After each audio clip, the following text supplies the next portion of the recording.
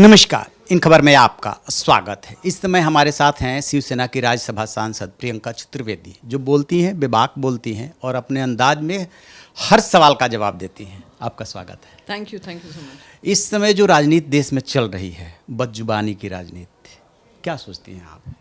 नहीं, देखिए, राजनीतिक स्तर किसने गिराया और बातचीत का स्तर कहाँ से गिरा और कहाँ से शुरुआत हुई, ये चर्चा का विषय होना चाहिए।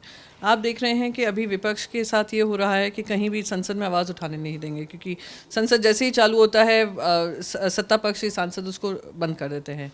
बाहर बोलेंगे तो डेफेमेशन लग जाता है, डेफेमेशन लग जाता है, फिर आप लोग क्रिमिनल केस बना देते हैं, सज़ा दे देते हैं, डिस्क्वालिफिकेशन हो जाता है। विदेश में जाकर कुछ बोल देंगे तो वहाँ पर ज़ुबान बंद करने को कहा जाता है। तो माहौल इस तरीके का बन गया है। और आज जब खुद देश के प्रधानमंत्री ऐसी बात करें, इटालियन जर्सी काऊ, हाइब्रिड काफ, इस तरीके की भाषा का इस्तेमाल करें, तो कहीं ना कहीं देश की मैं कहती हूँ वार्तालाप है, उसमें गिरावट आती है। हम सिटिंग मिनिस्टर को सुनते हैं गोली मारो लोगों को, फिर हम सुनते हैं बहुत ही आपत्तिजनक बयानबाजी होती है। मैं उदाहरण नहीं दे सकती हूँ, वो लिस्ट है उसका। पर हाँ, ये ज़रूर है कि जो लोग बात करना चाहते हैं, संवाद करना चाहते हैं, संसद में अपनी बातें रखना चाहते हैं, उनको ये मौका नहीं मिलता। एक बात बताइए, पार्टी लाइन थोड़ी देर के लिए छोड़ देते हैं, जिम्मेदार तो इसके लिए सब लोग हैं।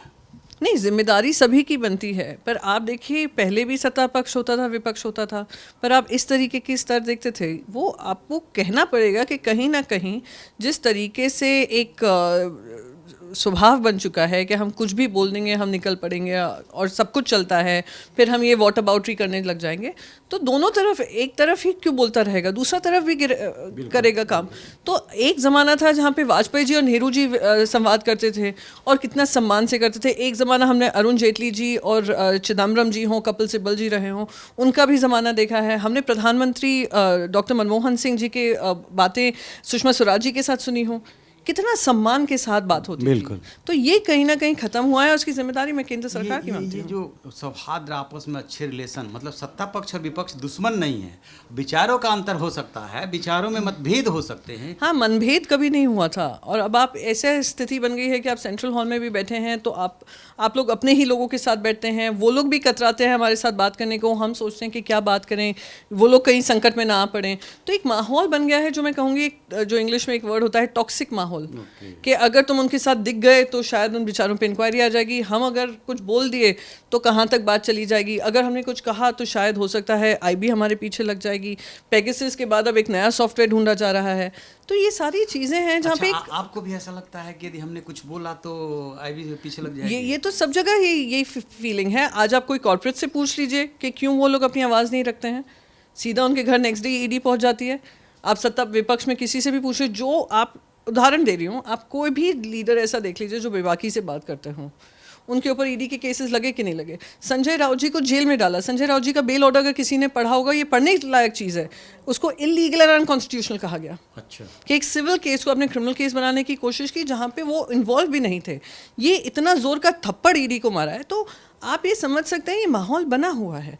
330 अगर ईडी पॉलिटिकल पीपल पे केस इन्वेस्टिगेशन चल रही है, उसमें से 97% विपक्ष के लोग हैं।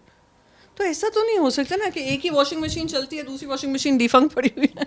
तो ममता बनर्जी ने तो डेमो किया था, तो ममता बनर्जी का जिक्र आया, तो मैं ये बताऊं कि 2024 का आम चुनाव को लेकर के तैयारी दोनों तरफ से, चारों तरफ से हो रही है।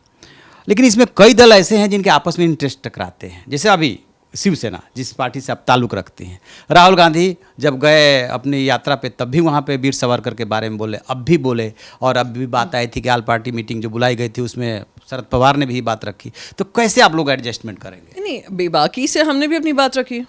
अगर उन्होंने कुछ कहा, हमने भी कहा कि हम इसमें शामिल नहीं होंगे जब तक आप इस डीरेल करने का काम, जो अडानी जी के ऊपर हम बात कर रहे हैं, अडानी समूह के बारे में, आप जनता की मुद्दों को डीरेल कर आप इतिहास में जाएंगे तो इतिहास में सभी ने आज़ादी की लड़ाई लड़ी है। हो सकता है सबके रास्ते अलग हों, पर सबका जो एम था, लक्ष्य एक ही था, वो था भारत को आज़ाद करना है। एक कोई सुभाष चंद्र बोस जी की तरह के तरीके से करना चाहते थे, कोई वीर सावरकर जी की तरह से करना चाहते थे, कोई महात्मा गांधी हो या जवाहरलाल नेहरू जी। पर उन लोगों को बार बार खींचकर लाना आज के इतिहास में ये कितना ठीक रहता है? तो हमने अपना पक्ष रखा। तो अलायंस का मतलब ये नहीं होता है कि हम लोग जो वो कहेंगे हम हाँ में हाँ भरेंगे। एक शादी में भी बीवी हाँ में हाँ नहीं भरती है, वो भी मना करती है। अच्छा, एक बात बताइए, 1977 1989, 1996, ये तीनों उदाहरण अपने सामने हैं। विपक्ष के बारे में कहा जाता है कि इनको साथ लाना मतलब मेढक को तोड़ना। तो 2004 का आप क्यों नहीं उदाहरण दे रहे हैं? 2004 वाला एक अच्छा उदाहरण है, लेकिन हम पीछे जाते हैं ना, क्योंकि इसमें क्यों पीछे देखिए जाएंगे? देखिए आम आदमी पार्टी कांग्रेस के साथ कंफर्टेबल नहीं है। देखिए सारे जो भी पार्टीज़ हैं सब एकजुट होकर लड़ाई लड़ रही हैं। तो आप वो उदाहरण देंगे तो मैं आपको 2004 से 14 का स्वर्णिम काल था देश के लिए। कितने भी आरोप लगाए हों, आज भी एक आरोप नहीं है जो ये भारतीय जनता पार्टी प्रूव कर पाई हो। आज ईडी के इतने केसेस राहुल गांधी जी पे लगाए, पर उनको कन्विक्ट किस में किया? डेफेमेशन में। यानी ईडी के केसेस भी आपके इतने कमज़ोर हैं। तो ये आपने फालतू की, आपने ये पूरा तूल खड़ा किया, आपने करप्शन की बात की, भ्रष्टाचारी की बात की। पर 2004 से 14 के अगर आप कोई भी डेवलपमेंट इंडेक्स देख लेंगे तो वो देश के लिए फ़ायदेमंद ही रहा। तो वो मैं उसको एक कोalition मानती हूँ कि ये कोalition था जो देश हित में बना था। ये जब भी देश हित के हिसाब से काम नहीं होगा तो हम अपनी आवाज़ उठाएंगे। चलिए ठीक है, थैंक यू।